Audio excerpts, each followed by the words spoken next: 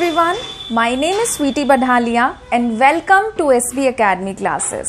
तो आज के इस वीडियो लेक्चर में हम लोग लास्ट टॉपिक अल्केन पार्ट का कंटिन्यू करेंगे।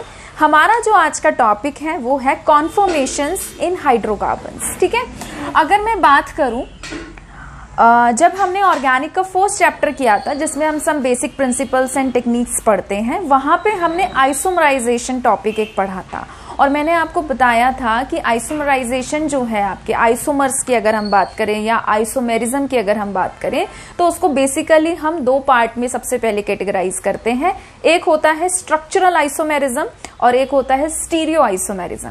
स्ट्रक्चरल में हमने अलग अलग पार्ट पढ़े थे, जैसे चेन हो गया, पोजिशनल हो गया, फंक्शनल हो गया, मेटामेरिज्म हो गया, टोटोमेरिज्म हो गया।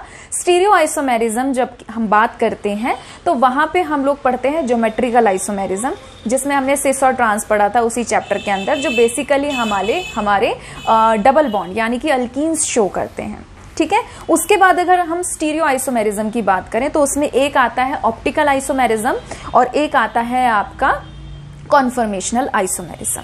तो जो आपका ऑप्टिकल आइसोमेरिज्म है वो बेसिकली हम क्लास 12th में पढ़ते हैं हेलोअल्केन एंड हेलोअरीन चैप्टर के अंदर, और कॉन्फॉर्मेशनल आइसोमर्स जो हैं वो हम आज पढ़ेंगे। ठीक है, तो अगर हम बात करें कॉन्फॉर्मेशनल आइसोमेरिज्म की या कॉन्फॉर्मर्स की, तो ये अल्केन्स के द्वारा शो किया जाता है। इसमें बेसिकली होता क्या है, अगर हम बात करें कार्बन कार्बन सिंगल बॉन्ड की, तो हम कार्बन कार्बन सिंगल बॉन्ड जो है इसको रोटेट कर सकते हैं। अगर हम बात करें अल्केन्स की, तो अल्केन्स में जो कार्बन होता है ये कार्बन sp3 हाइब्रिडाइज्ड होता है। sp3 में ज्योमेट्री कैसे होती है, टेट्राहेड्रल। ठीक है, अगर हम बात करें कार्बन की, अगर वो कार्बन क्या है, सिंगल बॉन्ड बना रहा है, sp3 हाइब्रिडाइज्ड है, तो इस तरीके से उसकी टेट्राहेड्रल ज्योमेट्री होती है। एक बॉन्ड ये और 3 बॉन्ड इस तरीके से। ठीक है, तो आप कहीं से भी इसको देख सकते हैं, ये आपको टेट्राहेड्रल ज्योमेट्री बनते हुए दिखाई देता है। अब मान लीजिए ये कार्बन जो है ये टेट्राहेड्रली अरेंज्ड है, sp3 हाइब्रिडाइज्ड है, और ये हमारा दूसरा कार्बन है। ठीक है, ये कार्बन भी हमारा क्या है, sp3 हाइब्रिडाइज्ड है, इसकी भी टेट्राहेड्रल ज्योमेट्री है।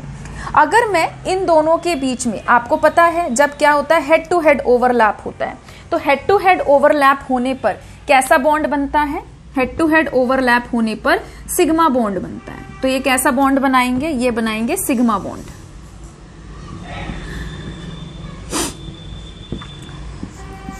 इस तरीके से। ठीक है, तो जो सिग्मा बॉन्ड होता है ये बेसिकली सिलेंड्रिकल टाइप का होता है, और यहां पर कार्बन कार्बन जो है, ठीक है, सिलेंड्रिकल।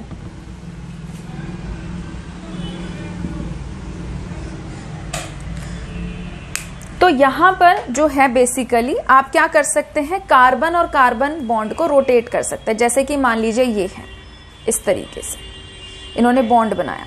ठीक है, तो आप क्या कर सकते हैं, आप एक ग्रुप को फिक्स रख सकते हैं। जैसे मान लो मैं पीछे वाले को फिक्स रख रही हूं, तो मैं क्या कर सकती हूं, इस वाले ग्रुप को रोटेट कर सकती हूं। ठीक है, हालांकि कार्बन कार्बन सिंगल बॉन्ड जो है उसमें बहुत एकदम आप ये नहीं कह सकते कि 100% फ्री रोटेशन हो सकता है, उसमें एनर्जी बैरियर भी रहता है आपका 10-20 किलो जूल पर मोल का।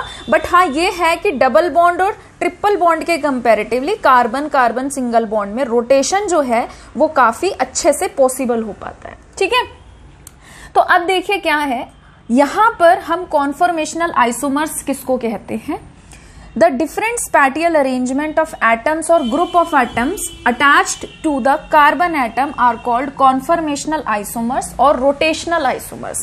जैसे कि मैंने ये बनाया, इसमें क्या है कि जो मेरा मिथाइल ग्रुप है इस पे जो भी जिस भी तरीके का उसका अरेंजमेंट है, यहाँ पे इसका भी अरेंजमेंट क्या है, बिल्कुल ऐसा। तो ये क्या हो गया, इथेन की एक ज्योमेट्री। अब मैंने क्या किया, इसी मिथाइल ग्रुप को रोटेट कर दिया। अब आप देख रहे हैं कि अगर एक बॉन्ड यहाँ पर है तो ये वाला बॉन्ड जो है इन दो बॉन्ड के बीच में आ रहा है। मैं आपको इसको बोर्ड पे भी बना के दिखाऊंगी। ठीक है, तो ये क्या हो गया, पहले वाले अरेंजमेंट का कॉन्फॉर्मेशनल आइसोमर। समझ में आया? तो यहाँ पे देखिए डेफिनेशन भी लिखी है कि अलग अलग अरेंजमेंट एटम का स्पेस में, जिसको हम कैसे ऑब्टेन कर सकते हैं, due to rotation about carbon carbon single bond, उन्हें हम बोलते हैं कॉन्फॉर्मेशंस। जो इस तरीके का प्रोसेस शो करते हैं, ठीक है, उन्हें हम कॉन्फॉर्मेशनल आइसोमर्स या फिर कॉन्फॉर्मर्स भी कहते हैं, या फिर हम उन्हें रोटेशनल आइसोमर्स या फिर रोटामर्स भी कहते हैं। ठीक है, वीडियो को पॉज करके इसे नोट करिए प्लीज।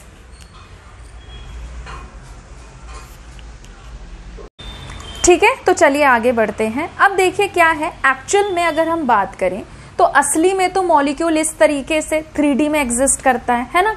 पर जब हम बात करते हैं कि भाई अगर हमें कॉपी में ये स्ट्रक्चर बनाना है या फिर हमें बोर्ड पे स्ट्रक्चर बनाना है, तो साइंटिस्ट जो हैं उन्होंने इनको रिप्रेजेंट करने के कि भाई 3D को आप कैसे बना सकते हो किसी पेपर पे या किसी प्लेन पे, तो उसको रिप्रेजेंट करने के इन्होंने 2 तरीके बनाए। तो जब हम बात करते हैं रिप्रेजेंटेशन की कि इनको कैसे रिप्रेजेंट किया जा सकता है, तो रिप्रेजेंटेशन के 2 तरीके हैं। एक तरीका है सॉ-हॉर्स रिप्रेजेंटेशन। एक रिप्रेजेंटेशन का क्या नाम है? Saw-horse representation.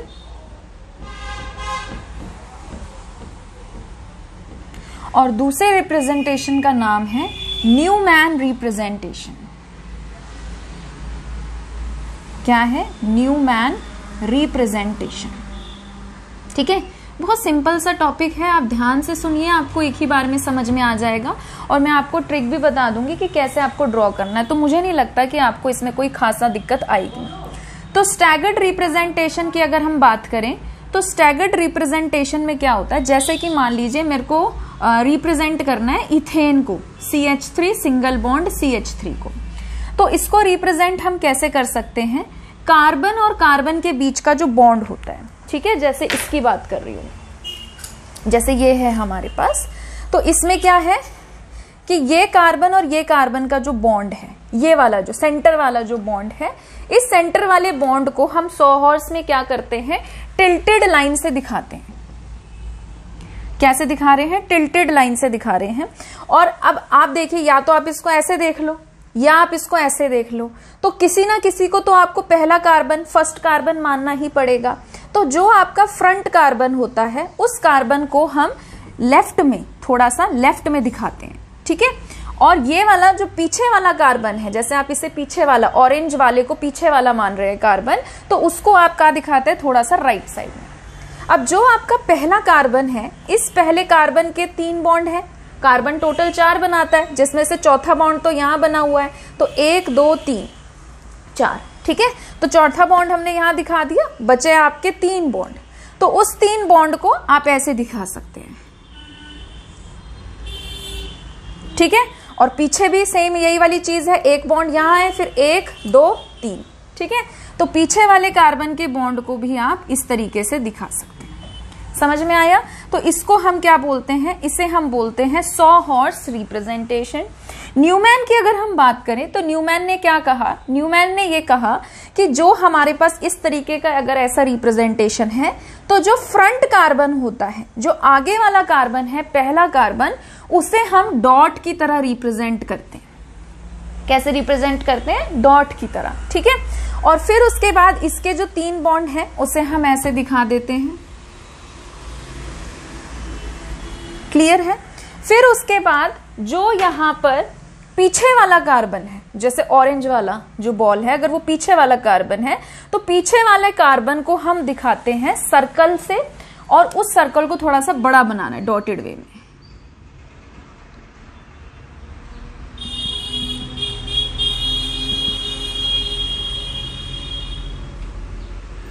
ठीक है,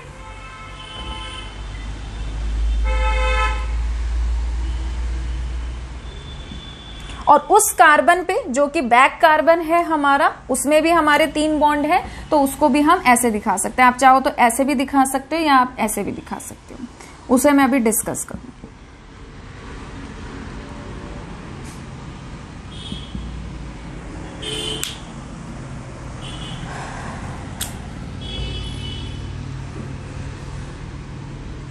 ठीक है, क्लियर है?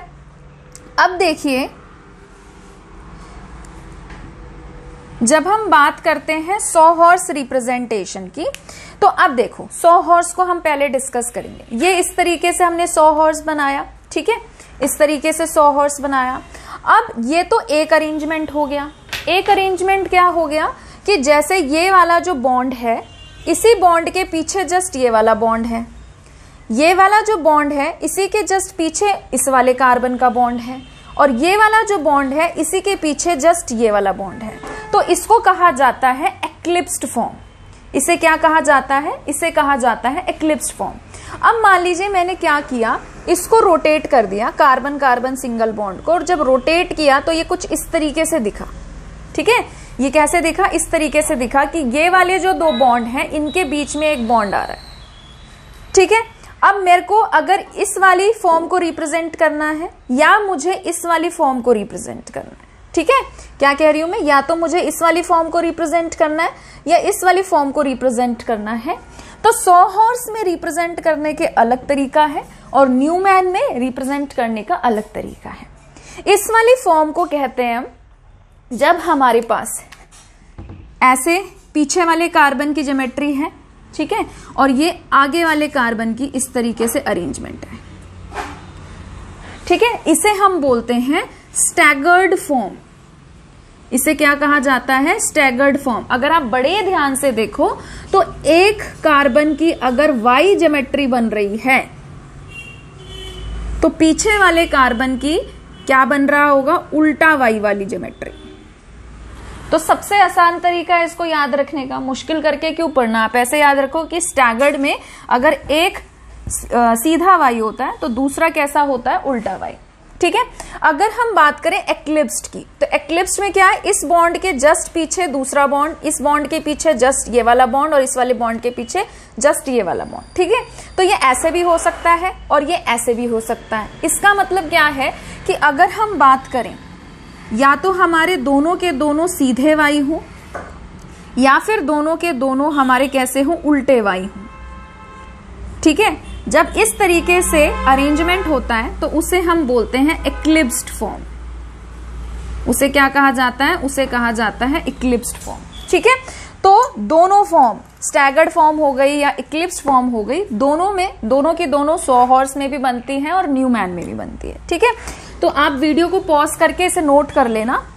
तो अब मैं दोनों के रिप्रेजेंटेशन यहां पर बनाती हूं। अब यहां पे देखिए क्या है, सॉहॉर्स में हम क्या करते हैं? कार्बन कार्बन बॉन्ड को टिल्टेड लाइन से दिखाते हैं, तिरछा बनाते हैं। अब ये मेरा जो पहला कार्बन था, इसमें आप कैसे देख रहे हो? आपको दिख रहा है सीधा वाई, तो पीछे वाले कार्बन का भी कैसा है? सीधा वाई, है ना? तो या तो दोनों सीधे वाई हो या फिर दोनों क्या हो? उल्टे वाई हो।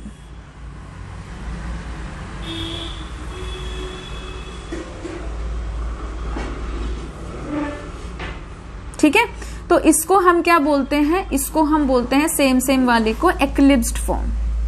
ये क्या बन गई? इथेन की एक्लिप्स्ड फॉर्म। और एक्लिप्स्ड फॉर्म किसमें बनी है? एक्लिप्स्ड फॉर्म बनी है ये इसकी सॉहॉर्स रिप्रेजेंटेशन।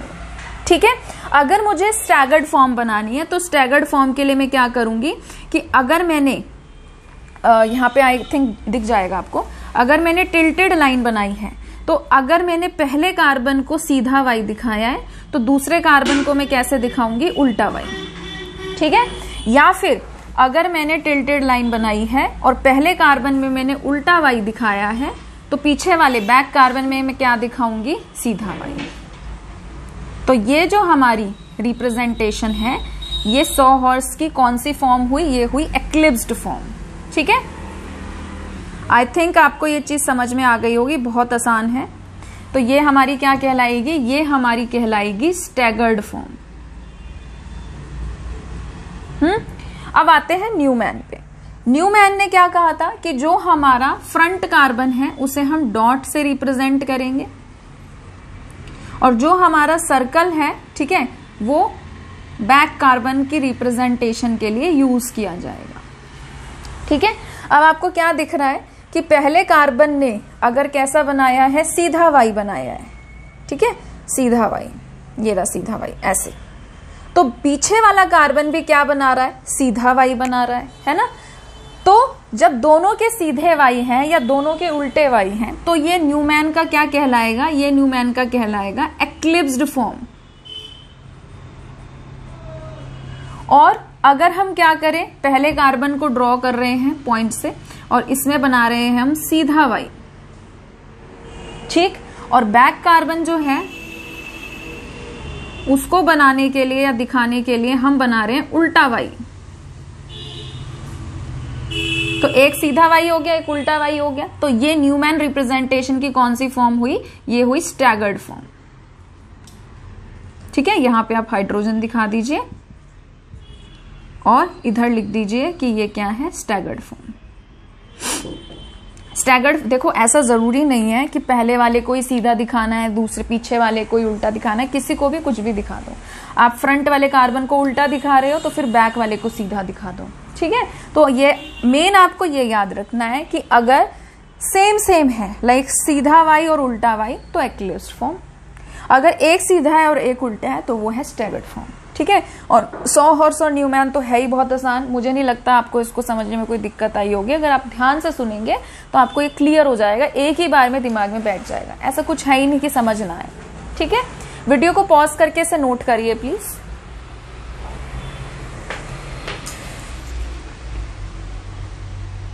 ठीक है, चलिए आगे बढ़ते हैं। अब देखिए हमने क्या चीज पढ़ा कि भाई ये हमारा एक कार्बन है जो कि टेट्राहेड्रली अरेंज्ड है। ठीक है, इस तरीके से, और ये क्या कर रहा है? दूसरे टेट्राहेड्रली कार्बन के साथ इस तरीके से सिंगल बॉन्ड बना रहा है, कार्बन कार्बन सिंगल बॉन्ड बना रहा है। ठीक है, तो जब हमारे पास यहाँ पे जैसे पीछे वाले कार्बन जो है, ठीक है, इसके दो बॉन्ड जो है उसके बीच में अगर इसका बॉन्ड आ रहा हो, ठीक है, अब इधर देख सकते हैं कि इन दो के बीच में इस वाले का बॉन्ड आ रहा है, और यहाँ पे क्या देख सकते हो कि ये वाले जो दो बॉन्ड है इसके बीच में ये वाला बॉन्ड आ रहा है। तो इसको हम कौन सी फॉर्म कहते हैं? इसे हम बोलते हैं स्टैगर्ड फॉर्म। ठीक है, एक सीधा है तो एक उल्टा है। मैं आपको न्यूमैन के मदद से समझाने की कोशिश करती हूँ, न्यूमैन रिप्रेजेंटेशन की मदद से। जैसे कि मान लीजिए ये है आपके पास इस तरीके से फ्रंट कार्बन और उस पे आपके 3 H लगे हुए हैं। ठीक है, अब मैंने बनाया बैक कार्बन। अब अगर मुझे स्टैगर्ड फॉर्म बनानी है और यहां मैंने सीधा वाई बनाया, तो मैं बैक वाले में क्या दिखाऊंगी? बैक वाले में मैं दिखाऊंगी उल्टा वाई। ठीक है, ये जो सर्कल है इसे आप डॉटेड भी दिखा सकते हैं या सॉलिड फॉर्म में भी दिखा सकते हैं, डजंट मैटर।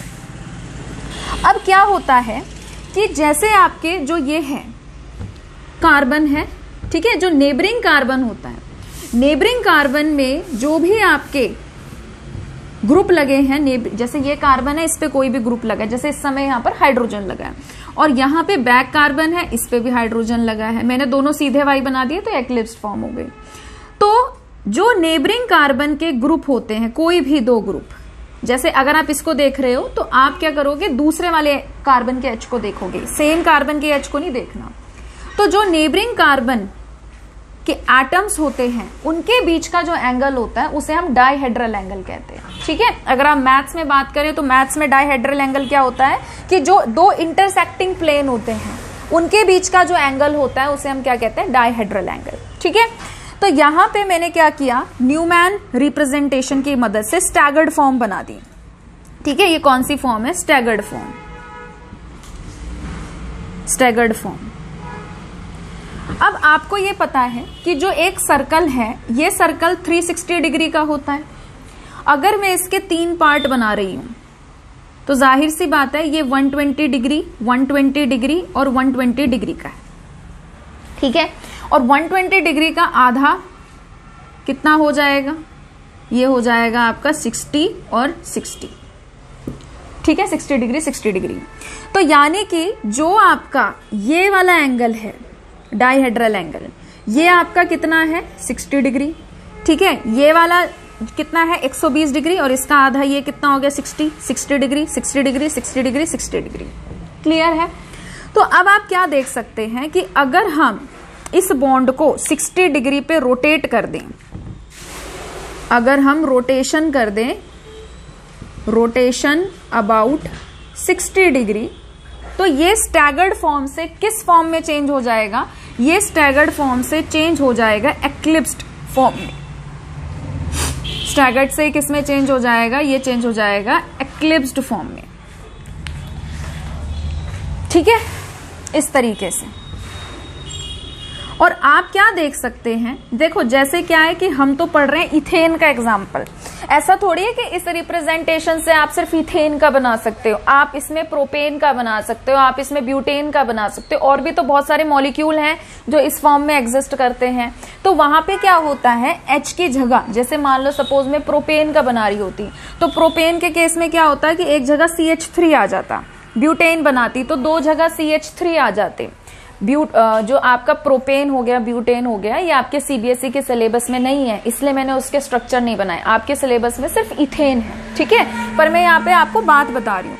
तो आप क्या चीज नोटिस कर रहे हैं कि जब हम एक्लिप्स्ड फॉर्म की बात करते हैं तो जस्ट एक्लिप्स्ड फॉर्म में एक एटम के पीछे ही दूसरा एटम होता है, एक एटम के जस्ट पीछे क्या होता है, दूसरा एटम। अब यहाँ पे तो चलो हाइड्रोजन हाइड्रोजन है, पर जब बड़े बड़े बल्कि ग्रुप आते हैं तो वो एक्लिप्स्ड फॉर्म में क्या करते हैं, जस्ट एक दूसरे के एग्जैक्ट पीछे होने की वजह से रिपल्शन क्रिएट करते हैं, ठीक है। जबकि यहाँ पे क्या है कि एक ग्रुप यहाँ है, दूसरा ग्रुप यहाँ है, तीसरा ग्रुप यहाँ है, चौथा ग्रुप वहां कहीं पीछे उनके बीच में लाई कर रहा है, मतलब डिस्टेंस है, यहाँ पे भी डिस्टेंस है, यहाँ पे भी डिस्टेंस है, इधर भी डिस्टेंस है, तो दूरी है। समझ पा रहे हैं इस बात को। जैसे कि अगर ये है मेरा ग्रुप, है ना, अब मान लो इधर कोई बल्कि ग्रुप हो और इधर कोई बल्कि ग्रुप हो, तो बल्कि ग्रुप क्या करेंगे, एक दूसरे को टक्कर मारेंगे। तो ये क्या है, एक्लिप्स्ड फॉर्म है। तो एक्लिप्स्ड फॉर्म में रिपल्शन बहुत ज्यादा होता है, और जहां रिपल्शन आ गया मॉलिक्यूल में वहां पे अनस्टेबिलिटी आएगी ही आएगी, पक्का। जबकि स्टैगर्ड फॉर्म की अगर हम बात करें तो स्टैगर्ड फॉर्म क्या है, ऐसे अगर कोई एक बल्कि ग्रुप यहां आ गया तो दूसरा बल्कि ग्रुप कहाँ है, यहां, तीसरा बल्कि ग्रुप कहाँ है, यहां, तो इस बल्कि ग्रुप के जस्ट इधर बल्कि ग्रुप नहीं है, वो थोड़े से अलग अलग जगह में सेटल्ड है। समझ पा रहे हैं। तो अगर हम बात करें या पेपर में 1 मार्क्स में ये सवाल आ जाए कि स्टैगर्ड और एक्लिप्स्ड में कौन ज्यादा स्टेबल फॉर्म होती है, तो आपका आंसर क्या होगा, स्टैगर्ड फॉर्म जो है हमारी वो ज्यादा स्टेबल होती है एज कंपेयर टू एक्लिप्स्ड फॉर्म, ठीक है। और अगर आपको इसको डायग्रामेटिकली दिखाना है, रिप्रेजेंट करना है, तो आप इसको इस तरीके से रिप्रेजेंट कर सकते हैं।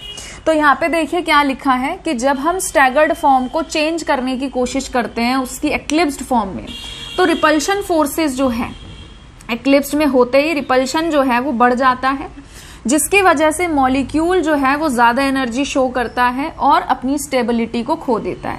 तो एक्लिप्स्ड फॉर्म हमारी क्या हो जाती है, लेस स्टेबल। फिर आगे क्या लिखा है, इन्हीं रिपल्सिव इंटरेक्शन की वजह से बिटवीन द इलेक्ट्रॉन क्लाउड वो क्या करते हैं, स्टेबिलिटी को, मॉलिक्यूल की स्टेबिलिटी को, कन्फर्मेशन को अफेक्ट करने लगते हैं, जिसे हम बोलते हैं टॉर्शनल स्ट्रेन। जो मैग्नीट्यूड है टॉर्शनल स्ट्रेन का, कि टॉर्शनल स्ट्रेन कितना रहेगा, कम रहेगा कि ज्यादा रहेगा, वो इस पे डिपेंड करता है कि हम एंगल ऑफ रोटेशन क्या कर रहे हैं, कार्बन कार्बन को किस एंगल पर रोटेट कर रहे हैं, और इसी एंगल को हम क्या बोलते हैं, डायहेड्रल एंगल। ठीक है, ये क्या है हमारा, this is dihedral angle. Video को पॉज करके से नोट करिए प्लीज।